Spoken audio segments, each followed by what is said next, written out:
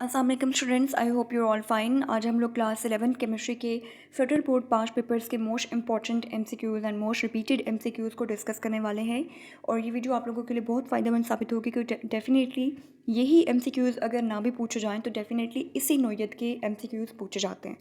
और ये मैं आपको क्लियर कर दूँ कि क्लास 11th केमिस्ट्री में जो मोस्टली आपके एमसीक्यूज़ आते हैं वो न्यूमेरिकल बेस्ड होते हैं और आप लोगों को न्यूमेरिकल को सॉल्व करना होता है और फिर आप लोग करेक्ट ऑप्शन को मार्क कर सकते हैं। सो न्यूमेरिकल बेस्ड एमसीक्यूज़ का इशू ये है कि वो आपको डिफरेंट वेबसाइट से मिल तो जाते हैं, क्वेश्चंस मिल जाते हैं, लेकिन उनका आंसर आपको नहीं मिलता। ठीक है, सो इसलिए ये वीडियो डिज़ाइन की गई ताकि आप लोगों को जो इम्पॉर्टेंट न्यूमेरिकल्स हैं उनके आप लोगों को आंसर और उनके सोल्यूशंस का अंदाज़ा हो जाए।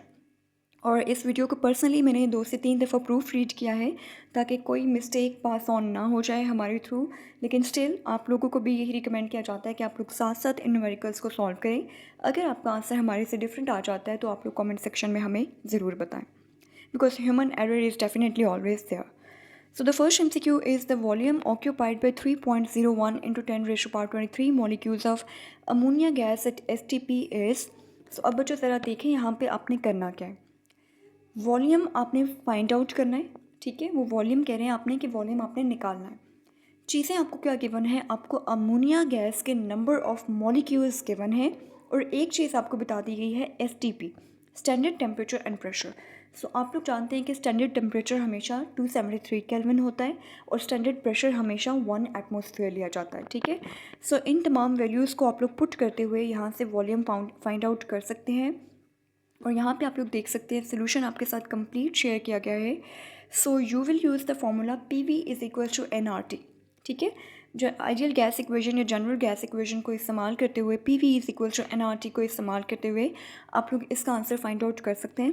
पी इज़ द प्रेशर और यहाँ पे आपने स्टैंडर्ड प्रेशर इस्तेमाल करना है जो कि 1 एटमॉस्फेयर होगा। वी वॉल्यूम है जो कि आप लोगों ने फाइंड आउट करना है। N is equals to number of moles जो कि आपको गिवन नहीं है लेकिन आपको नंबर ऑफ़ मॉलिक्यूल्स गिवन है। सो आप लोग नंबर ऑफ़ मॉलिक्यूल्स से number of moles find out करेंगे। R is the ideal gas equation जिसकी वैल्यू आप लोगों को नोन होती है 0.0821 लीटर एटीएम पर मोल पर केल्विन। और लीटर आप लोग जानते हैं कि 1 decimetre cube is equal to 1 litre. ठीक है, अगर आप लोग नहीं जानते तो आप लोग नोट कर लें कि 1 decimetre cube is equal to 1 litre. So जिन फार्मूलाज में जहाँ पे डेसीमीटर क्यूब लिखा हुआ होता है वहाँ पे आप लोग इसको लीटर से भी रिप्रेजेंट कर सकते हैं। T is the temperature which is 273 Kelvin at standard temperature। सो यहाँ से आप लोग number of moles find out करेंगे। सो आप लोग जानते हैं कि हमारा नंबर ऑफ़ मॉलिक्यूल्स का फॉर्मूला क्या होता है बच्चों, number of moles multiplied by Avogadro's number. So अगर आप लोगों ने number of moles find out करने हैं तो आप लोग क्या करेंगे, नंबर ऑफ़ मॉलिक्यूल्स जो आपको प्रोवाइड किए गए हैं क्वेश्चन में उनको आप लोग डिवाइड कर देंगे एवोगैड्रोस नंबर से। सो नंबर ऑफ़ मॉलिक्यूल्स क्या थे, 3.01 इंटू 10 रेज़ टू पावर 23। इसको आप लोग एवोगैड्रोस नंबर पर डिवाइड करेंगे जो कि 6.022 इंटू 10 रेज़ टू पावर 23 है। सो यहाँ से आपके पास नंबर ऑफ़ मोल्स आ जाएंगे 0.5 मोल्स। अब आप लोगों ने simple p v is equal to n R T में तमाम वैल्यूज़ पुट करनी है और वी की वैल्यू फाइंड आउट करनी है। सो वी को आप लोगों ने एक साइड पे सेपरेट कर लिया। एन नंबर ऑफ़ मोल्स आपके पास है 0.5, आर की वैल्यू है 0.0821, टी की वैल्यू है 273 और प्रेशर है आपका 1 एटमॉस्फेयर। सो यहाँ से आपके पास वॉल्यूम की वैल्यू आ जाएगी 11.19 लीटर, जिसे आप लोग राउंड ऑफ करके 11.2 लीटर कह सकते हैं। ठीक है, और 11.2 litre is equal to 11.2 decimetre cube. So अगर आपसे 11.2 लीटर पूछा जाता है या 11.2 डेसीमीटर क्यूब पूछा जाता है, बात एक ही है। अगर आपको ये दोनों ऑप्शंस नज़र आ रही हैं तो आप लोग करेंगे बोथ ए एंड बी। ठीक है, सो ये था आपका न्यूमेरिकल। 11.2 लीटर और 11.2 decimetre cube was the correct answer. So the next MCQ is Lyman series of spectral lines lies in which of the following region of electromagnetic spectrum।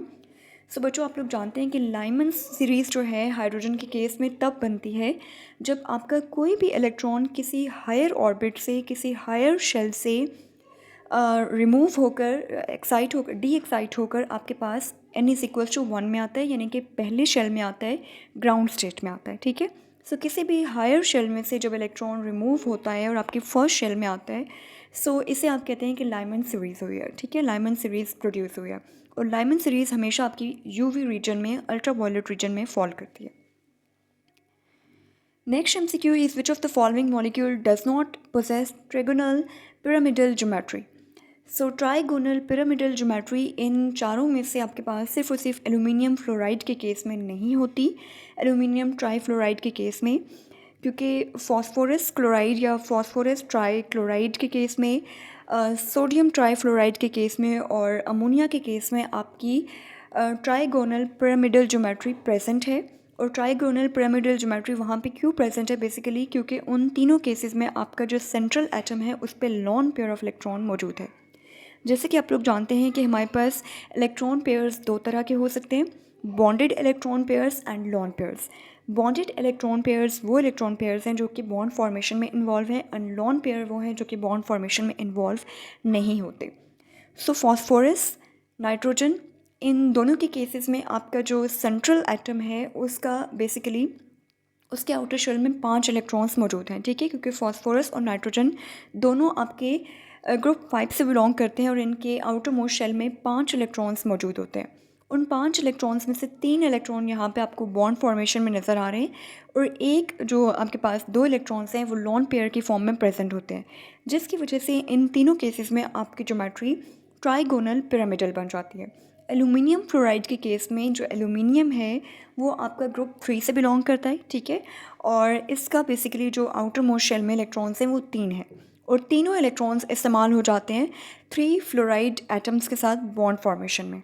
सो इस वजह से यहाँ पे कोई लॉन पेयर प्रेजेंट नहीं होता, जिसकी वजह से यहाँ पे आपके पास ट्राइगोनल पिरामिडल ज्योमेट्री नहीं होती, रादर यहाँ पे आपकी ट्राइगोनल प्लेनर किस्म की ज्योमेट्री पाई जाती है, ठीक है। सो ये आपको सोल्यूशन यहाँ पे प्रोवाइड कर दिया गया है कि एल्यूमिनियम फ्लोराइड के केस में, या आप इसको एल्यूमिनियम फ्लोराइड पढ़ सकते हैं, एल्यूमिनियम ट्राईफ्लोराइड भी पढ़ सकते हैं, कि एल्यूमिनियम ट्राईफ्लोराइड के केस में आपकी जो ज्योमेट्री है वो बेसिकली ट्राइगोनल पिरामिडल नहीं हो सकती, क्योंकि यहाँ पे आपके सेंट्रल एटम पे लॉन पेयर ऑफ इलेक्ट्रॉन्स मौजूद नहीं है, बिकॉज एल्यूमिनियम का जो आउटर मोस्ट शेल है उसमें सिर्फ और सिर्फ 3 इलेक्ट्रॉन्स पाए जाते हैं और वो 3 इलेक्ट्रॉन 3 फ्लोराइड्स के फ्लोरीन एटम्स के साथ कंबाइन होने में बॉन्ड फॉर्मेशन में इस्तेमाल हो जाते हैं। Next MCQ is which of the following aromatic compounds has zero dipole moment. So बच्चों आप लोग जानते हैं कि डाइपोल मोमेंट बेसिकली हमेशा तब अराइज होता है किसी मॉलिक्यूल में जब आपके पास वहाँ पे इलेक्ट्रोनेगेटिविटी डिफरेंस होता है, ठीक है। अगर आपके पास कोई भी मॉलिक्यूल है, कोई भी स्पीशी है और उसमें जो एटम्स मौजूद हैं उनके दरमियान इलेक्ट्रोनेगेटिविटी डिफरेंस काफ़ी प्रोनाउंस्ड है, काफ़ी सिग्निफिकेंट है, सो उसकी वजह से वहाँ पे एक अनइवन डिस्ट्रीब्यूशन हो जाती है चार्जेस की, जिसकी वजह से वहाँ पे डाईपोल क्रिएट हो जाते हैं, यानी कि 2 पोल्स क्रिएट हो जाते हैं, positive and negative poles create हो जाते हैं। सो डाईपोल मोमेंट हमेशा उन मॉलिक्यूल्स में अराइज होता है जहाँ पे एटम्स के दरमियान में इलेक्ट्रोनेगेटिविटी डिफरेंस काफ़ी ज़्यादा होता है। सो यहाँ पे आप लोग देख सकते हो डाईपोल मोमेंट हमेशा किसी भी मॉलिक्यूल की पोलैरिटी को शो करता है कि आपका मॉलिक्यूल पोलर है या नॉन पोलर है। सो ज़ीरो डाईपोल मोमेंट का क्या मतलब है कि आपके पास अनइवन डिस्ट्रीब्यूशन ऑफ चार्जेस नहीं है, जो आपके एटम्स हैं उनके दरमियान इलेक्ट्रोनेगेटिविटी डिफरेंस नहीं है और आपकी जो इलेक्ट्रॉनिक डिस्ट्रीब्यूशन है वो बिल्कुल ईवन है, ठीक है, जो कि मॉलिक्यूल की ऑब्वियसली नॉन पोलैरिटी को शो करता है। तो इन तमाम मॉलिक्यूल्स में से बेंजीन वो वाहिद मॉलिक्यूल है जिसका डाईपोल मोमेंट ज़ीरो है। Benzene is a non polar molecule, ठीक है। बाकी जितने भी आपको मॉलिक्यूल्स दिए गए हैं उनमें पोलैरिटी क्रिएट हो रही है बिकॉज उनमें एक हेलोजन जो है वो अटैच है। सो हेलोजन्स के बारे में आप लोग जानते हैं कि हेलोजन्स आर हाईली इलेक्ट्रोनेगेटिव, ठीक है। सो वो इलेक्ट्रॉन्स को ऑब्वियसली अपनी तरफ ज़्यादा खींचते हैं, जिसकी वजह से उन पर नेगेटिव चार्ज आ जाता है और दूसरा जो हमारा कोई भी पार्ट होता है वहाँ पे आपका पॉजिटिव चार्ज आ जाता है, ठीक है, जिसकी वजह से एक डाईपोल क्रिएट हो जाता है। सो क्लोरोबेंजीन के केस में बेंजीन और क्लोरीन में इलेक्ट्रोनेगेटिविटी डिफरेंस आ रहा है, जिसकी वजह से वहाँ पे डाईपोल क्रिएट हो जाता है। 1,2 डाईक्लोरोबेंजीन में भी आपकी बेंजीन की फर्स्ट और सेकंड कार्बन पे क्लोरीन एटम्स अटैच हैं एंड 1,3 डाईक्लोरोबेंजीन में आपके बेंजीन मॉलिक्यूल पे जो बेंजीन का साइक्लिक स्ट्रक्चर है उसके पहले और तीसरे कार्बन पे क्लोरीन एटम्स अटैच हैं। सो इस वजह से पहली तीनों कंडीशंस में आपका डाईपोल मोमेंट मौजूद है, लेकिन बेंजीन जो है जो आपका एरोमेटिक मॉलिक्यूल है जिसमें कोई हेलोजन अटैच नहीं है, वहाँ पे आपकी even distribution of electronic charges है, ठीक है, जितने भी चार्जेस हैं वो इवनली डिस्ट्रीब्यूटेड है, जिसकी वजह से वहाँ पे कोई डायपोल मोमेंट नहीं है and the dipole moment is zero. So I hope कि ये कॉन्सेप्ट आपको बहुत अच्छे से रिवाइज हो गया होगा। Next MCQ is the value of general gas constant R is 62.4, ठीक है। सो आप लोग जानते हैं कि जनरल गैस की जो आपकी वैल्यूज़ हैं वो बहुत सारी वैल्यूज़ आपके पास अवेलेबल होती हैं। सो यहाँ पर जो आपको वैल्यू दी गई है वो 62.4 है, और 62.4 जो आपको वैल्यू दी गई है इसके यूनिट्स बेसिकली लीटर टॉर पर मोल पर केल्विन है। या फिर आप लोग जानते हैं कि because 1 torr is equal to 1 millimetre mercury, जैसा कि आप लोग हमेशा से पढ़ते आए हैं, 760 millimetre mercury is equal to 760 torr. So इसका मतलब क्या है बेसिकली कि 1 millimetre mercury is equal to 1 torr. Millimetre mercury और टॉर बराबर के यूनिट्स हैं, इस वजह से अगर टॉर लिखा हुआ है तो आप उसको रिप्लेस करके मिलीमीटर मर्करी भी लिख सकते हैं, ठीक है। और लीटर की जगह आप लोग डेसीमीटर क्यूब लिख सकते हैं। सो आप लोग कह सकते हैं कि यहाँ पे 62.4 डेसीमीटर क्यूब मिलीमीटर मर्करी पर मोल पर केल्विन, या फिर लीटर मिलीमीटर मर्करी पर मोल पर केल्विन, या लीटर टॉर पर मोल पर केल्विन, तमाम जो हैं वो करेक्ट आंसर्स हैं। इनमें से अगर कोई भी यूनिट आपको दिया जाता है तो आप लोग उसको करेक्ट मार्क करेंगे। Next MCQ is about the rate of diffusion. आपको दो गैसेस दी गई हैं, rate of diffusion of hydrogen gas as compare to that of helium gas is equal to. So इसको भी हम लोग प्रॉपरली सॉल्व कर लेते हैं, फिर हम इसका करेक्ट आंसर डिस्कस करेंगे। सो बच्चों आप लोग जानते हैं कि किसी भी गैस का जो रेट ऑफ डिफ्यूजन है, यानी कि वो किस कदर तेज़ी से डिफ्यूज़ करती है, क्या उसका डिफ्यूजन रेट है, ये उसके मोलर मास पे डिपेंड करता है, ठीक है। And rate of diffusion of any gas is inversely proportional to the square root of its molar mass, ठीक है। यानी कि अगर फॉर एग्जांपल मैं आपको कह रही हूँ कि हाइड्रोजन गैस का आप लोग रेट ऑफ डिफ्यूजन निकालें, तो आप लोग उसका रेट ऑफ डिफ्यूजन कैसे निकाल सकते हैं, उसके मोलर मास का स्क्वायर रूट लेके, ठीक है। सो यहाँ पे आप लोग जानते हैं कि हाइड्रोजन गैस जो है उसका मोलर मास क्या है, 2 ग्राम पर मोल, ठीक है। हाइड्रोजन एटम का मोलर मास आप लोग हमेशा 1 लेते हैं। Hydrogen gas is something else, ठीक है, वो एक डायटोमिक गैस है। सो इसमें आपका मोलर मास क्या बन जाएगा, 2 ग्राम पर मोल, ठीक है। और हीलियम आपकी मोनोएटॉमिक गैस है, सो इसका मोलर मास क्या है आपका 4 gram per mole. So rate of diffusion आप लोग कैलकुलेट कर सकते हैं। Rate of diffusion of hydrogen gas is equal to 1 divided by square root of molar mass of hydrogen, ठीक है। So molar mass of hydrogen क्या है, hydrogen gas √2। So 1 divided by √2 करके आप लोग यहाँ से rate of diffusion of hydrogen gas calculate कर सकते हैं, जो कि आप लोगों के पास आएगा 0.70। इसी तरह से आप लोग rate of diffusion of helium gas भी कैलकुलेट कर सकते हैं using the formula 1 divided by √ molar mass of helium. यहाँ पे जब आप लोग वैल्यूज़ पुट करेंगे, molar mass of helium 4 put करेंगे तो आपका आंसर आ जाएगा 0.5। अब आप लोगों ने दोनों को कंपेयर करना है और कंपेयर्ड वैल्यू निकालनी है। सो rate of diffusion of hydrogen gas divided by rate of diffusion of helium gas के लिए आप लोग दोनों की वैल्यूज़ को डिवाइड कर देंगे और आपका आंसर आ जाएगा 1.41। अब आपने क्या देखना है, आपने क्वेश्चन आपसे ये पूछा गया है कि हाइड्रोजन गैस हीलियम गैस के मुकाबले में कितनी तेज़ी से डिफ्यूज़ करती है, ठीक है। सो आपने हाइड्रोजन गैस के रेट ऑफ डिफ्यूजन को एक तरफ सेपरेट कर दिया और 1.41 पे आप लोग रेट ऑफ हीलियम गैस को उसके साथ मल्टीप्लाई कर देंगे। सो ये आपके पास जो है वो एक एक्सप्रेशन बन जाएगा जो कि आपको ये बता रहा है, ये कंक्लूड कर रहा है कि हाइड्रोजन गैस हीलियम गैस के मुकाबले में 1.41 टाइम्स तेज़ी से डिफ्यूज़ करती है, ठीक है। इससे हम लोग क्या नतीजा अखज़ कर रहे हैं बच्चों कि हाइड्रोजन गैस हीलियम गैस के मुकाबले में 1.41 टाइम्स तेज़ी से डिफ्यूज़ करती है। जी, आई होप कि ये न्यूमेरिकल भी आप लोगों को अच्छे से क्लियर हो गया होगा। Next MCQ is at 145 degree centigrade cholesterol benzoate exist as, ठीक है। अब बच्चों कोलेस्ट्रॉल बेंजोएट क्या है, ये आपके पास एक ऐसी स्पीशी है जो कि बेसिकली डिफरेंट स्टेट्स में कन्वर्ट हो जाती है depending upon the changes in temperature, ठीक है। रूम टेम्परेचर पे ये डिफरेंट स्टेट में एग्जिस्ट करती है। जब आपके इसका टेम्परेचर इंक्रीज़ करते हैं तो इसकी स्टेट डिफरेंट हो जाती है, ठीक है। सो 145 डिग्री सेंटीग्रेड पे cholesterol benzoate basically liquid crystal की फॉर्म में एग्जिस्ट करता है। सो इस चीज़ को आपने सिंपली मेमोराइज़ कर लेना है और कोलेस्ट्रॉल बेंजोएट के जो कुछ प्रॉपर्टीज़ हैं वो यहाँ पे आपके साथ शेयर कर दी गई हैं, इनको आप लोग नोट कर सकते हैं। जी, next MCQ is which of the following is not an anisotropic property.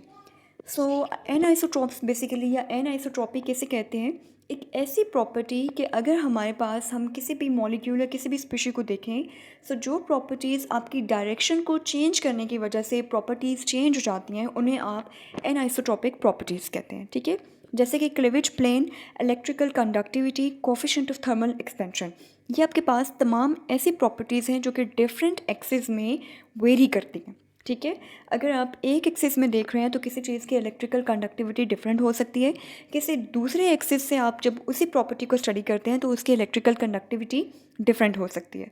सो ऐसी प्रॉपर्टीज़ जो कि एक्सिस को चेंज करने से डिफरेंट एक्सिस में जो प्रॉपर्टीज़ वेरी कर रही होती हैं, डिफरेंट होती जाती हैं, उन्हें आप एनोसोट्रॉपिक प्रॉपर्टीज़ कहते हैं। सो इनमें से पहली तीनों आपकी एनाइसोट्रॉपिक प्रॉपर्टीज़ हैं, लेकिन पॉलीमॉर्फिज्म आपकी एनाइसोट्रॉपिक प्रॉपर्टीज़ में नहीं आती। Next numerical is POH of 10⁻⁻² molar solution of H2SO4 is. So H2SO4 is basically N acid. ठीक है, H2SO4 सल्फ्यूरिक एसिड क्या है बच्चों, ये एक एसिड है और इस एसिड का सबसे पहले आप लोग इसका डिसोसिएशन इक्वेशन ड्रॉ कर सकते हैं। ठीक है, कि ये बेसिकली किस तरह से डिसोसिएट होता है। So H2SO4 dissociates to form 2 hydrogen ions and a sulphate ion.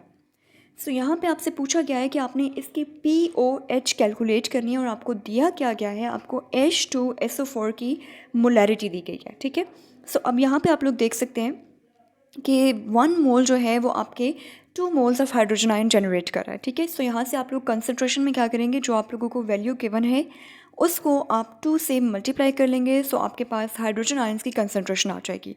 Hydrogen ions की कंसनट्रेशन आप लोग किस तरह से कैलकुलेट करेंगे, 2 multiply by the molarity which is given in the question. ठीक है, सो 10⁻⁻² को आप लोग 2 के साथ मल्टीप्लाई करेंगे, सो आपकी हाइड्रोजन आयंस की कंसनट्रेशन आ जाएगी। हाइड्रोजन आयन की कंसनट्रेशन, अब आप लोगों को ये एक्सप्रेशन नोन है कि हाइड्रोजन आयंस की और हाइड्रोक्सिल आयंस की जो कंसनट्रेशंस हैं उनको अगर मल्टीप्लाई किया जाए तो आपके पास एक्सप्रेशन में वैल्यू क्या आती है, 1 × 10⁻⁻14। ठीक है, ये आप लोग डिटेल में केमिस्ट्री में पढ़ चुके हैं। सो यहाँ से आप लोग हाइड्रोक्सिल आयंस की, हाइड्रोक्साइड आयंस की कंसनट्रेशन कैलकुलेट कर सकते हैं। आप लोग क्या करेंगे, सिंपली इन चीज़ों को डिवाइड करेंगे एक दूसरे पे। ठीक है, सो आपके पास हाइड्रोक्सिल आयंस की कंसनट्रेशन आ जाएगी 5 × 10⁻⁻13 और यहाँ से आप लोग POH भी कैलकुलेट कर सकते हैं।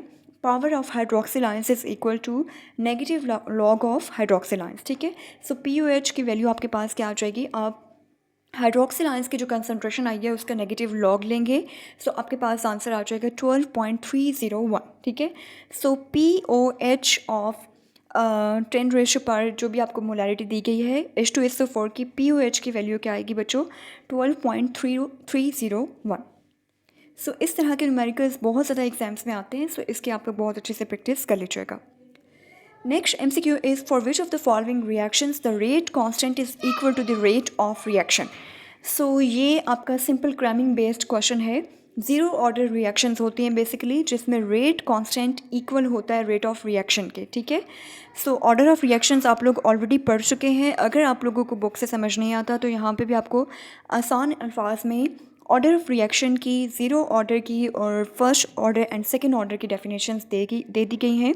आप लोग देख सकते हैं कि 0 ऑर्डर बेसिकली वो रिएक्शंस हैं जहाँ पे आपका रेट ऑफ रिएक्शन इक्वल होता है, it is independent of the concentration of reactant. ठीक है, सो इक्विलिब्रियम कांस्टेंट की ये सिंपली इक्वल होता है। फर्स्ट ऑर्डर और सेकेंड ऑर्डर रिएक्शंस भी यहाँ से आप लोग देख सकते हैं कि वो किस तरह से रिएक्टेंट्स की कंसनट्रेशन पे डिपेंड करते हैं।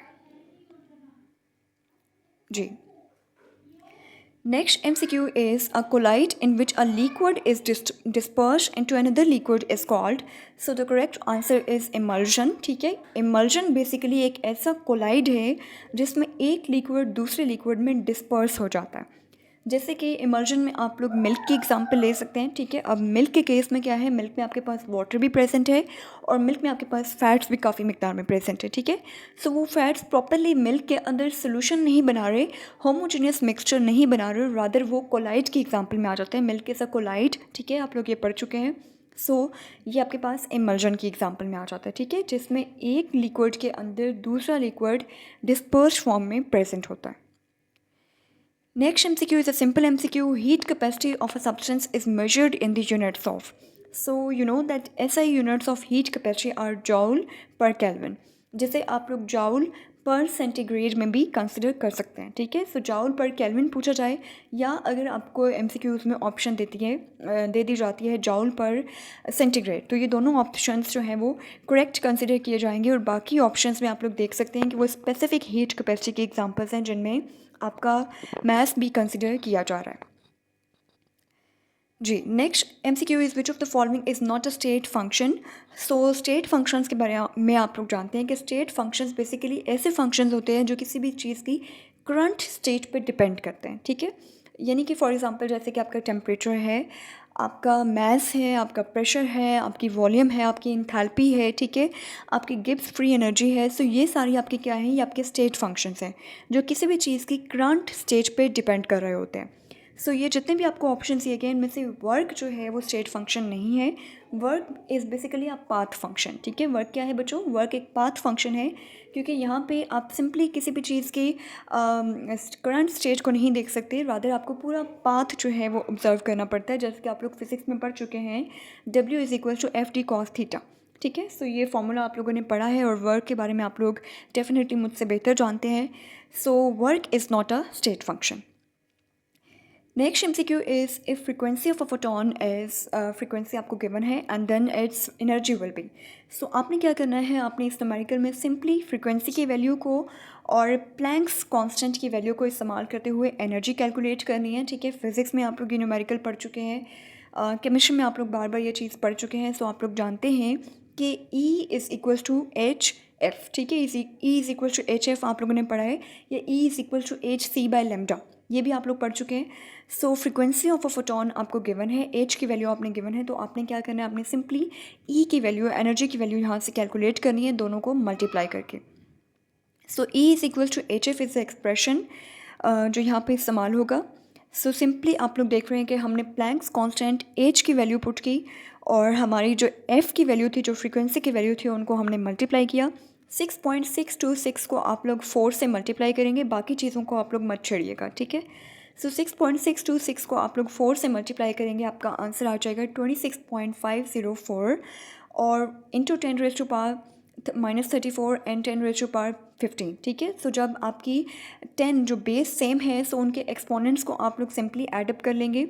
सो -34 + 15 आपका आ जाएगा -19। सो यहाँ से आपकी एनर्जी की वैल्यू कैलकुलेट हो जाएगी। इस तरह के न्यूमेरिकल्स भी आपसे एग्जाम्स में बहुत ज़्यादा पूछे जाते हैं। Next MCQ is total number of sigma and pi bonds in ethyne are.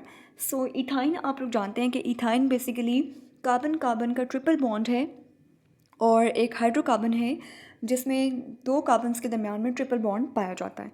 सो अगर यहाँ पे हम इसके तमाम बॉन्ड्स को ओपन फॉर्म्ड में लिखें, सो आप लोग देख सकते हैं कि कार्बन का डेफिनेटली हाइड्रोजन के साथ भी एक बॉन्ड है, कार्बन का कार्बन के साथ भी ट्रिपल बॉन्ड है, और दूसरे कार्बन का भी हाइड्रोजन के साथ एक बॉन्ड है, ठीक है। सो इसके सोल्यूशन में आप लोग देख सकते हैं कि जो कार्बन कार्बन के बॉन्ड्स हैं उनमें पहला बनने वाला बॉन्ड सिग्मा बॉन्ड है, और बाकी दोनों बॉन्ड आपके पाई बॉन्ड कंसिडर किए जाएंगे, ठीक है। सो टोटल यहाँ पे आप लोग देख रहे हैं कि 3 sigma and 2 pi bonds are present in case of ethyne. So इस तरह से आप लोग किसी भी मॉलिक्यूल के सिग्मा एंड पाई बॉन्ड्स का नंबर कैलकुलेट कर सकते हैं। Next question is identify the species with maximum bond angle. So आपको डिफरेंट मॉलिक्यूल्स दे दिए गए हैं। अगेन ये आपके जो आई गेस सेकेंड चैप्टर है, वेस्पर, VBT, MOT, बहुत इंपॉर्टेंट क्वेश्चंस हैं, उनमें से MCQ, short questions, long questions पूछे जाते हैं। सो इनके बॉन्ड एंगल्स आप लोगों को याद होने चाहिए। बॉन्ड एंगल्स यहाँ पे आप लोगों के लिए लिख दिए गए हैं। सो मीथेन जो है CH4, इसका सबसे मैक्सिमम बॉन्ड एंगल है इन चारों मॉलिक्यूल्स में से। Next question is electric current can pass through graphite in one direction but not through other direction of the crystal, ठीक है। सो ग्रेफाइट आपका कार्बन का एक एलोट्रॉप है। सो इसमें आप लोग जानते हैं कि इसमें एनआइसोट्रॉपी एग्जिस्ट करती है। इसके एक प्लेन में अगर हम मूव करें तो हमारा इलेक्ट्रिक करंट पास हो जाएगा, दूसरे प्लेन में से आपका इलेक्ट्रिक करंट पास नहीं हो रहा। सो इस तरह की प्रॉपर्टीज़ को आप एनआइसोट्रॉपिक प्रॉपर्टीज़ कहते हैं, जिसमें आपका डिफरेंट प्लेन ऑफ एक्सिस में प्रॉपर्टीज़ जो है वो वेरी कर जाती हैं, ठीक है। So anisotropy is the correct answer. Which one is conductor but not malleable. So conductors आपको पता है ऐसी चीज़ है जिनमें से बिजली गुजर जाती है। मेलिएबल ऐसी चीज़ों को कहा जाता है जिनको आप लोग शीट्स में कन्वर्ट कर सकते हैं, जिन पे आप प्रेशर अप्लाई कर सकते हैं, जिनकी आप स्टेट को चेंज कर सकते हैं, ठीक है, जिसको शीट्स में कन्वर्ट किया जा सके, जिस पे इजीली प्रेशर अप्लाई किया जा सके। सो इनमें से ग्रेफाइट है जो कि कंडक्टर तो है लेकिन मेलिएबल नहीं है, आप इस पे इजीली प्रेशर अप्लाई नहीं कर सकते। आप लोग जानते हैं कि दुनिया की सबसे हार्डेस्ट चीज़ों में आपका डायमंड और ग्रेफाइट आ जाते हैं। Next is which of the following concentration units does not depend upon temperature. So इन तमाम कंसनट्रेशन यूनिट्स में से मोलैलिटी एक ऐसी यूनिट है जो कि टेम्परेचर पे डिपेंड नहीं करती, क्योंकि आप लोग जो जानते हैं कि मोलैरिटी का फॉर्मूला क्या है, number of moles divided by volume of the solution in DM³, ठीक है। सो जहाँ पे भी आपका वॉल्यूम आ जाए वो चीज़ आपकी टेम्परेचर पे डिपेंड करेगी।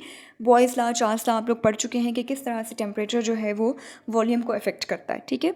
सो मोलैलिटी में क्योंकि आपका वॉल्यूम इन्वॉल्व नहीं है, मैस इन्वॉल्व है, इस वजह से यहाँ पे आपका टेम्परेचर का इम्पैक्ट नहीं है। So molality is the unit which is independent of the concentration. Next MCQ is a solution of HCl having pH is equal to 4 will be. So आपने इसकी मोलैरिटी कैलकुलेट करनी है, आपको pH की value दे दी गया है, ठीक है।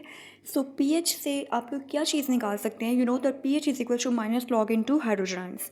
सो यहाँ से आप लोग हाइड्रोजन आइंस की कंसनट्रेशन निकाल सकते हैं। जब आपको हाइड्रोजन आइंस की कंसनट्रेशन पता चल जाएगी सो उसी को आप लोग HCl की कंसनट्रेशन भी बना सकते हैं, ठीक है। सो यहाँ पे ज़रा देखिए आप लोग फॉर्मूला कौन सा इस्तेमाल करेंगे, pH is equal to minus log in to hydrogen ion की कंसनट्रेशन।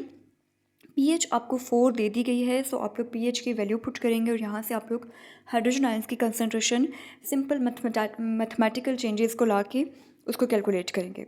अब आप लोग जानते हैं कि HCl क्योंकि स्ट्रॉन्ग एसिड है और वो कम्प्लीटली डिसोसिएट होता है हाइड्रोजन आयंस में और क्लोराइड आयंस में। सो जो आपके पास हाइड्रोजन आयंस की कंसनट्रेशन आएगी वही आपकी HCl की भी कंसनट्रेशन होगी, ठीक है, क्योंकि बैलेंस्ड इक्वेशन है। HCl आपको पता है जब भी डिसोसिएट करता है सो हाइड्रोजन आयंस में और क्लोराइड आयंस में कन्वर्ट होता है। सो बिल्कुल ये बैलेंस रिएक्शन है, तो जितनी कंसनट्रेशन आपकी HCl की है उतनी ही कंसनट्रेशन आपकी हाइड्रोजन आयंस की आती है और उतनी ही कंसनट्रेशन आपकी क्लोराइड आयंस की आती है। इसलिए यहाँ से जो आप लोगों ने हाइड्रोजन आयंस की कैलकुलेशन कंसनट्रेशन कैलकुलेट की है वही आपकी मोलैरिटी है किसकी, HCl की। सो 10⁻⁻⁴ जो है वो आपका 0.0001 के बराबर है, जिसको हमने साइंटिफिक नोटेशन में कन्वर्ट करके 10⁻⁴ बना दिया है। Next MCQ is magnesium react with sulphur to produce magnesium sulphide. How many grams of magnesium sulphide can be made from 24 gram of magnesium with excess of sulphur by the reaction magnesium plus sulphur arrowhead magnesium sulphide. So ये बिल्कुल simple सा equation है बच्चों कि magnesium और sulphur मिलकर magnesium sulphide बनाते हैं। सो मैग्नीशियम सल्फाइड की अमाउंट क्या होगी। सो मैग्नीशियम का मोलर मास आपके पास 24 है, सल्फ़र का मोलर मास आपका 32 है। इन दोनों को आप लोग प्लस करेंगे सो आपका मैग्नीशियम सल्फाइड का मास आ जाएगा 56 gram. Second last MCQ is the value of Balmer series wave number lies as, ठीक है। सो आप लोगों को पता है आप लोग डिफरेंट सीरीज स्पेक्ट्रल लाइंस आप लोग पढ़ चुके हैं हाइड्रोजन के केस में, जो कि एक बहुत इंपॉर्टेंट लॉन्ग क्वेश्चन है। So Lyman series, Balmer series, Paschen, Brackett, Pfund, ये सारी आप लोग पढ़ चुके हैं, ठीक है। सो इनमें से लाइमन सीरीज़ है जो कि अल्ट्रा वायलेट रीजन में फॉल करती है, बाल्मर सीरीज़ आपकी विजिबल में है और बाकी तमाम आपकी इंफ्रारेड में फॉल करती हैं, ठीक है। So Balmer series lies in the visible region. And the last MCQ is equilibrium constant Kc is equal to Kp when delta n is equal to, so the correct answer is 0, ठीक है। यहाँ पे Kc और Kp को compare किया जा रहा है। Kc is the equilibrium constant in terms of concentration and Kp is the equilibrium constant in terms of partial pressure of gases, ठीक है। सो दोनों को कंपेयर किया जा रहा है। सो Kc की और Kp की वैल्यू बराबर आएगी जब आपका डेल्टा n यानी कि change in number of moles of reactants and products ये आपका 0 होगा। सो आपके Kc और Kp एक दूसरे के बराबर बन जाएंगे, ठीक है। सो ये हम लोगों ने कुछ मोस्ट इंपॉर्टेंट MCQs आज डिस्कस किए केमिस्ट्री के। Class first year federal board past papers के एमसीक्यूज़। और डेफिनेटली यही एमसीक्यूज़ इनमें से भी कुछ पिक किए जाते हैं। फेडरल बोर्ड की आपको पता है कि पॉलिसी है कि वो बहुत सी चीज़ें रिपीट करता है पास्ट पेपर्स में से। अगर ये एग्जैक्ट रिपीट ना भी किए जाएँ सो इसी से मिलते जुलते एमसीक्यूज़ डेफिनेटली डिज़ाइन किए जाते हैं। सो एमसीक्यूज़ को रिवाइज़ करने का आपको बहुत फ़ायदा होता है। सो आप लोग इनको प्रैक्टिस कीजिएगा। चैनल को आप लोग ज़रूर सब्सक्राइब कर लिया करें ताकि हमारी वीडियोस आप तक पहुंचती रहें, और कोशिश किया करें कि अच्छी चीज़ों को आप लोग सपोर्ट करें। ज़रूर चैनल को सब्सक्राइब कर लीजिएगा। Thank you so much. अल्लाह हाफ़िज़।